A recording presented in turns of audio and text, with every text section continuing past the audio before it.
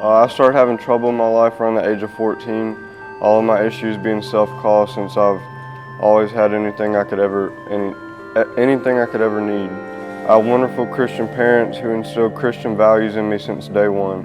I just chose to be rebellious. They gave me the tools to build a great foundation for my life. I just chose to try and build it with my own hands the hard way. I grew up in a private school from kindergarten to 7th grade. I hated being labeled as a rich, snobby kid, and rather than taking good advantage of what was given to me, I chose to leave school and go to public school. I made all A's up to 4th grade, and that's when I stopped caring. I quit playing sports when I moved to public school also. I sought out acceptance from every clique because I've always been a pretty social person. That being said, I became accepted by the wrong crowd fast and got my priorities even more misconstrued. I withdrew from public middle school because I almost got kicked out. Then I was homeschooled for a year by my mom. It was a pretty good year and we became close and spent a lot of time together. I returned to high school my freshman year and that's when things took a turn for the worst. I started drinking alcohol on the weekends as a way to cope with my personal problems and trying to fit in. It quickly got out of control and became an all-the-time thing. I quit caring about my reputation and sought attention in negative ways. During my 9th grade year, I met a girl who was 18 and no good for me and my mom did not approve of. I started hanging around her friends and started smoking marijuana. I had to keep our relationship from my mom and live a double life. Spring break of freshman year, I tried pills for the first time. That night, my girlfriend went into a diabetic shock and 911 was called. Being too high to function or walk, the cops came and saw I was intoxicated and arrested me for possession of prescription pills without a prescription and possession of marijuana. The charges got dropped and I had to tour the jail as long as I swore I would never come back. That lasted 3 days before I relapsed and was back doing the same thing. The devil had such a strong grip on my life and little did I know it was only the beginning. I barely passed 9th grade. I dropped out that summer and left home and my parents without their consent and went and lived with my girlfriend. Cops looked for me for 10 months. During that 10 months, I began stealing to support my drug addiction that had progressed heavily by this time.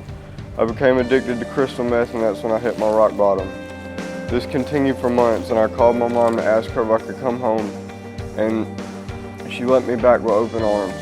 I broke up with the girl and thought that was the end.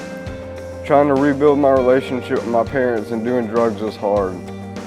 I was with a friend one day high and called my mom crying and told her I need help and told her everything. I told her everything.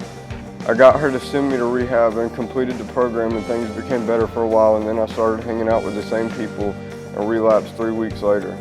I controlled my addiction for a short period of time until one day I came home high on meth and pills and got in an altercation with my dad who was only trying to help me. I was then arrested again and spent 3 months in jail.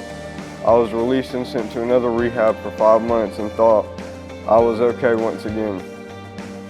The same thing happened again. I relapsed, left home and became homeless, living on people's couches in hotel rooms. One day I realized I couldn't help myself alone and texted my sister and told her I no longer wanted to live. I took 8 Xanax and attempted to overdose. I don't remember much of it, but waking up in the hospital in police custody. I tried to run and got charged with felony eluding. I found myself in jail once again with no way out. My parents, almost done with me, brought up the Paul Anderson Youth Home. I was not very thrilled by the idea, but I interviewed with Miss Gwen over the jail phone. I could feel the love in her voice and knew that they could help me there. 3 months later, I arrived at the home. Since being at the home, I've developed a relationship with Christ stronger than ever, and I began to find my self-worth. Wrapping this up, I want to give glory to Christ for bringing me out of what I've been through and continuing to grow in our relationship daily. My verse I want to add is my all-time favorite verse, which is Matthew 11:28, which is, "Come to me all who are weary and heavy laden, and I'll give you rest."